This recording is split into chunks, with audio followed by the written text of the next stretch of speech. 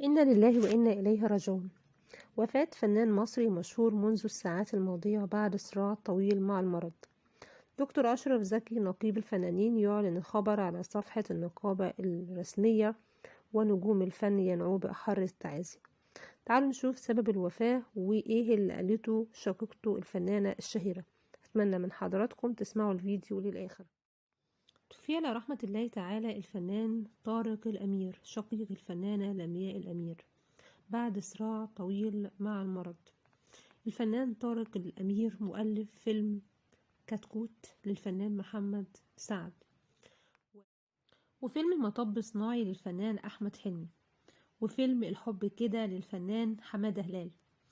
هو مؤلف العديد من الأعمال الفنية لكبار نجوم الفن، واللي شارك أيضا بالعديد من الأعمال الفنية، من ضمنها فيلم عسل أسود جسد شخصية دور عبد المنصف مع الفنان أحمد حلمي والفنان إدوار، وشارك في فيلم عوكل عام 2004، وشارك في دور الضابط هاني في فيلم اللي بالي بالك عام 2003، وشارك في مسلسل أم كلثوم عام 1999، وشارك في فيلم الطريق إلى إيلات عام 1993.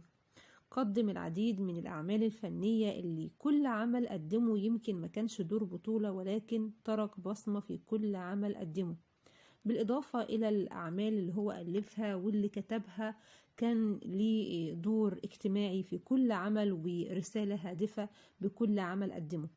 النهاردة خبر وفاته تصدرت كل المواقع الإخبارية بعد صراع طويل مع المرض، بعد ما كشفت شقيقته الفنانة لمياء الأمير منذ عدة أيام وهي بحالة انهيار، وكشفت طبيعة وضعه الصحي، وإن القلب توقف أكتر من مرة، وإنه كان يعني قبل وفاته أو بالساعات اللي قبل وفاته كان هيتم إجراء عملية جراحية ليه بسبب يعني تدهور الوضع الصحي، وهي عملية الشق الحنجري، ولكن تم تأجيلها بسبب إصابة الفنان بعدوى بكتيرية رئوية نتيجة تواجده داخل العناية المركزة، الأمر الذي جعل الأطباء ينصحون بتأجيل العملية. وباللحظة اللي أجلوا العملية فيه توفى الفنان في نفس اليوم. طارق الأمير دخل العناية المركزة بعد تعرضه لأزمة قلبية حادة أدت لتدهور حالته الصحية، فقد توقفت عضلة القلب أكثر من مرة قبل وصوله إلى المستشفى، الأمر الذي دفع الأطباء للتدخل العاجل لإنعاش قلبه وإبقائه تحت مراقبة مشددة داخل العناية المركزة.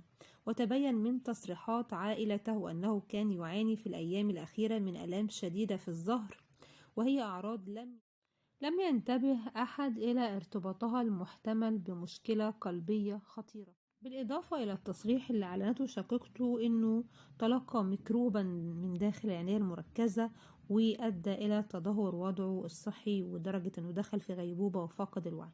ربنا يرحمه ويغفر ليه ويصبر أهله على هذا المصاب الجليل. استنى تعليقاتكم بالدعاء ليه بالرحمة والمغفرة والأهل بالصبر. تحياتي.